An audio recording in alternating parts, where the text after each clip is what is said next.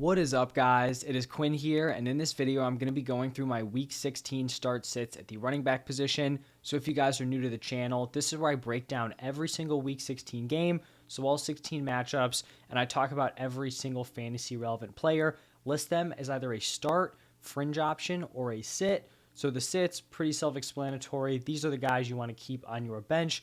The starts are the players who are pretty much like auto locks in your lineup.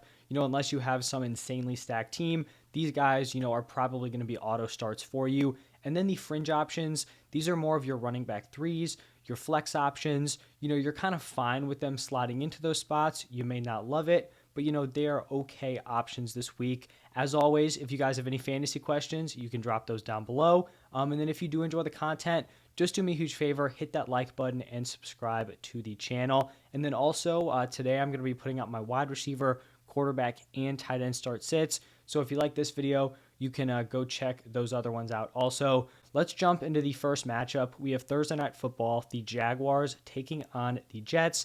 And for Travis Etienne here, I have him as a start, and I will totally acknowledge that he has had a pretty rough stretch over the past 5 games. He hasn't scored over 13 PPR points in that stretch, which, if we look at his production before this 5-game run, he had been pretty unstoppable. He had been dominant, after taking over that backfield. But personally, I'm not panicking on him here. This is not a situation where he's losing opportunities to another back. He's dominating the opportunities out of this backfield. In the 4 healthy games he's played over that stretch, remember he had that one game where he played a few snaps and then got hurt and was out for the game. Obviously, we can't really count that against him. So in his 4 healthy games, his carry numbers have been 11, 13, 17, and 19. So his workload is still very solid. This offense is definitely trending up, and he's coming off of a 19 carry, 103-yard rushing game. So this is really a spot where he's honestly been pretty unlucky in the touchdown department. We've seen Lawrence really break out.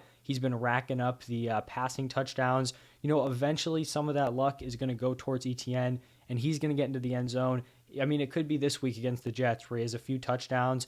This is a tough matchup here, but a guy who's pretty much the workhorse in an offense that's ascending, that's a guy who I need locked into my lineup. So I have ETN as a start here. Now on the other side with the Jets, this was honestly a pretty brutal day fantasy-wise for Zonovan Knight on Sunday. He kept his role, as the early down guy. Michael Carter seeing more of the receiving work. But for Zonovan Knight, he's definitely the more fantasy-relevant option. He took 13 of the 17 running back carries. Unfortunately, he was only able to turn it into 23 yards. Now, I think a lot of this is matchup-based. The Lions, as of late, have just been insanely tough against the run. And this week against the Jaguars, they're a much softer matchup for the running back position. So I think Zonovan Knight, you throw him back in there as an RB3 fringe option. I'm not totally jumping ship. He still had the solid workload. I think it would be even better if we get to see Mike White back. But even if it's Zach Wilson, I still think Zonovan Knight is in that RB26 to RB30 range, somewhere in there. Now moving over to Saturday, we have the Falcons taking on the Ravens. And I kind of went back and forth on how I was going to rate these Falcons backs. So we have Tyler Algier and Cordero Patterson. And at this point in the season, both of these dudes are pretty much locked into a 50-50 committee in terms of, their snaps, in terms of their carries. I mean, this is, as close to 50-50 as you're going to get in the NFL. And this past week, we saw Tyler Algier go out. He was the guy who had the big day. But for me, it's just not enough for me to want either of these guys in my lineup. Now, if this was a plus matchup, against a cake team, against the running back position for fantasy, then I'd probably have both of these guys listed as fringe plays. But this is not an easy matchup here against the Ravens. With Desmond Ridder taking over, that offense did not look very good. So I'm going to have both of these guys as sits. If you want to make the argument that they should both be back-end fringe options, I'm not going to push back super hard. But if you're in the semifinals, I'd prefer to not have to play one of these guys. Now on the other side for the Ravens, I have J.K. Dobbins as a start here. He's coming off another strong performance on the ground.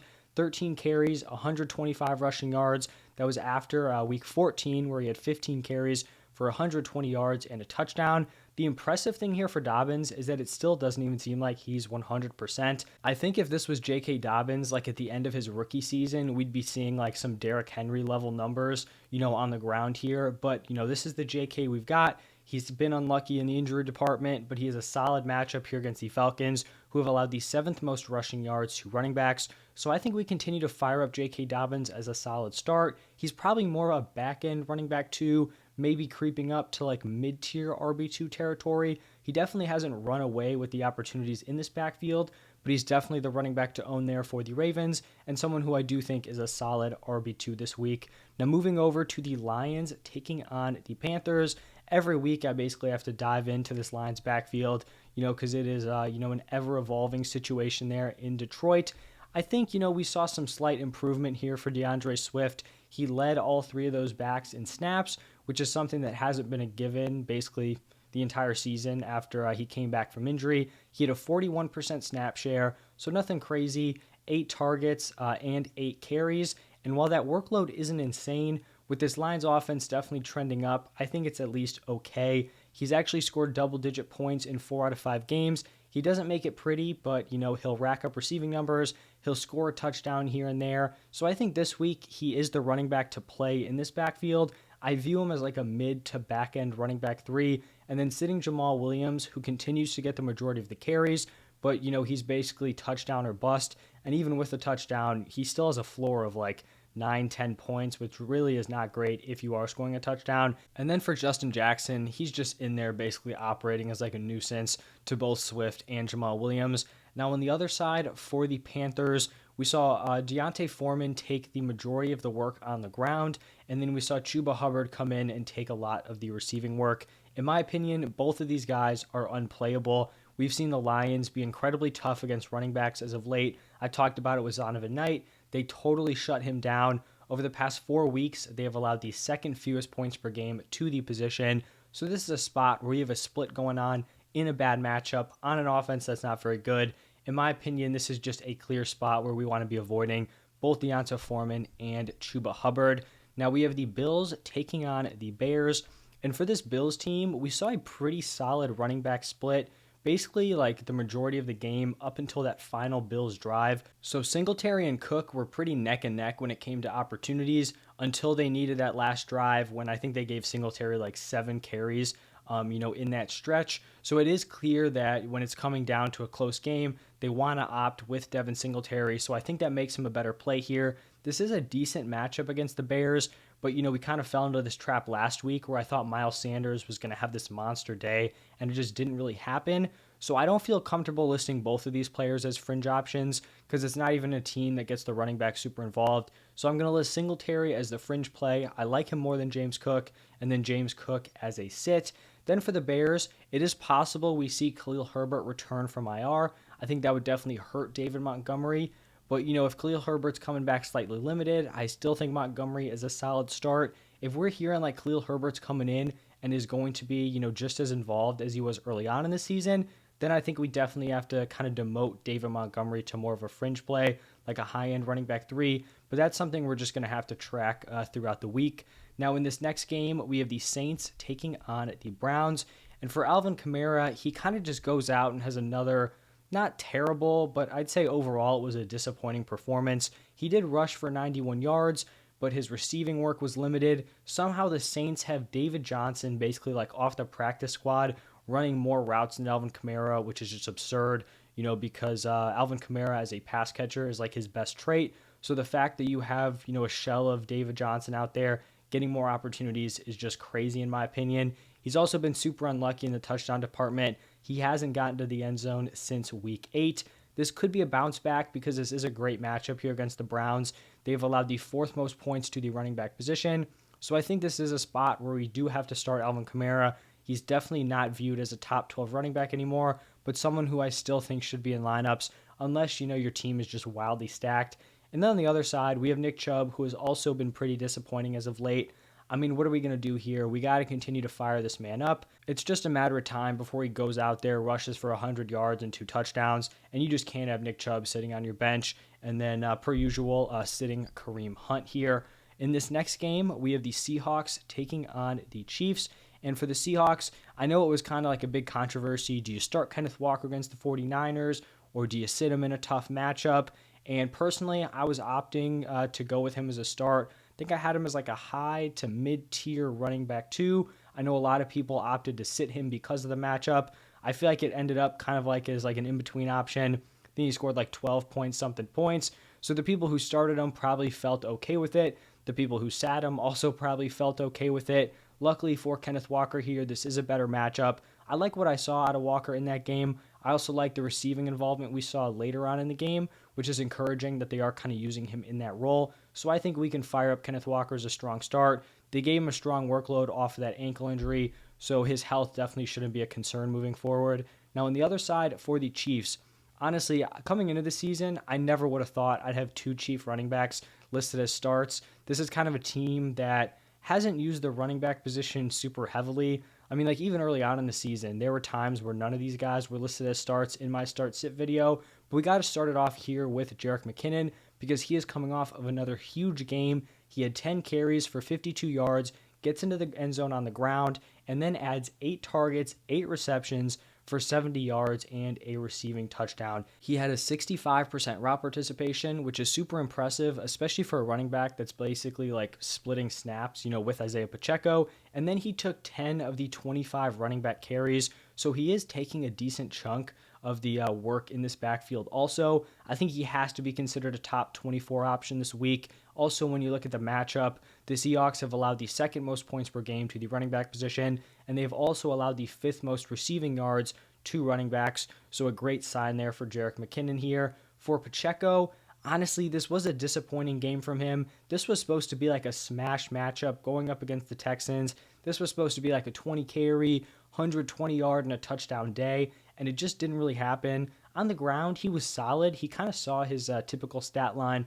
15 carries, 86 rushing yards, but he lost a fumble, and then he also got Mahomes lit up on pass pro, so definitely not great in terms of his involvement later on. I think they definitely shifted to McKinnon just a little bit more as a more reliable option out of the backfield. I still think he's probably a top 24 play. He's probably going to be flirting around that like RB 22 to RB 26 area. It is a solid matchup, like I mentioned, so I still think he's startable, but I do think it was disappointing to see kind of a down game in a matchup where he should have really had like an explosion, a real ceiling performance. In this next game, it's pretty simple. Giants taking on the Vikings. Let's not try to get crazy here. Fire up Saquon, fire up Dalvin Cook. Then we have the Bengals taking on the Patriots.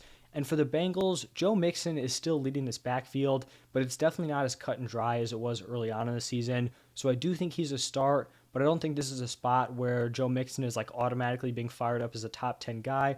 I think he's definitely more of an RB2 at this point. Samaje Perine mixing in here and there, but definitely still a sit and, in a not great matchup here against the Patriots.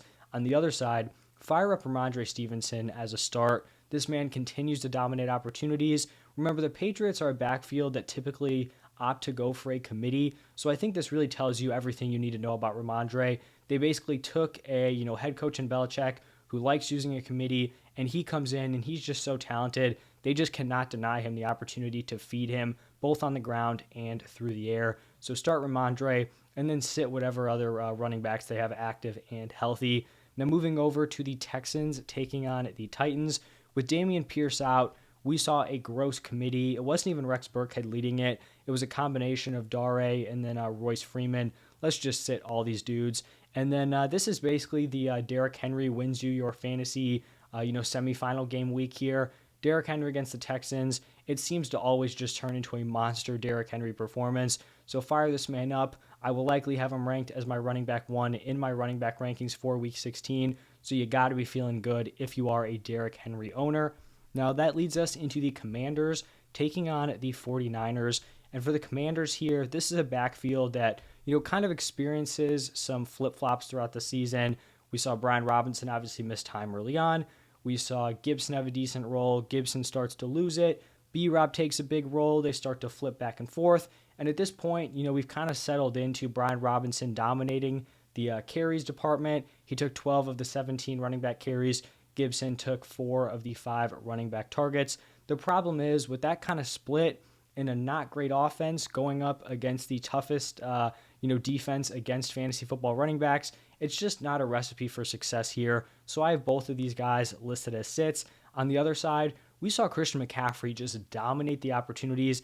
basically up until that like game sealing drive where for some reason they gave a few carries to Jordan Mason. But prior to that, like Christian McCaffrey was just owning every opportunity.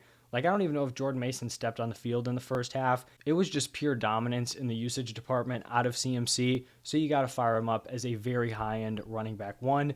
Now, in a divisional matchup between the Eagles and the Cowboys, it looks like the Eagles are going to be without Jalen Hurts this week.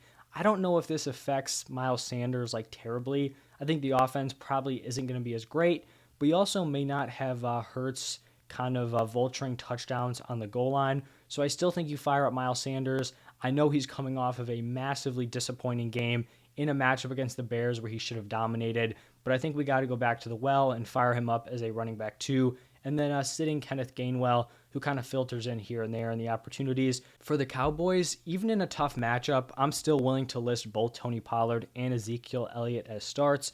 I trust this run game. I do think the Cowboys are at least going to score a few touchdowns, and that's going to give both Pollard and Zeke opportunities to get into the end zone. Now, leading into the Raiders, taking on the Steelers, I obviously have Josh Jacobs as a high-end running back one, clearly a start. And then for the Steelers, the lack of receiving involvement is, a little bit unfortunate. I mean, not a little bit. It's very unfortunate for both Najee Harris and Jaylen Warren, but they continue to give Najee a solid workload on the ground. It's a good matchup here against the Raiders, so I like Najee as a start, and then sitting like his handcuff kind of nuisance Jaylen Warren. That leads us into the Packers taking on the Dolphins. And for the Packers, I think the game we saw against the Rams on Monday night has to be encouraging for both Aaron Jones and A.J. Dillon. Now, A.J. Dillon may be dealing with concussion. At the time that I'm recording this, I know he was getting checked out by the independent specialist or whatever. So we'll see how that plays out. But I actually do think that if both of these guys are healthy, I'd probably like Aaron Jones as a fringe RB1, A.J. Dillon as like a back-end running back 2, but I do think both of them are startable. A.J. Dillon, who kind of had been useless throughout the season, definitely kind of making a comeback as someone you can trust in your lineup. And then for the Dolphins, this is just going to be assuming that Jeff Wilson is out. So if Jeff Wilson misses another game, I think you trust Raheem Mostert.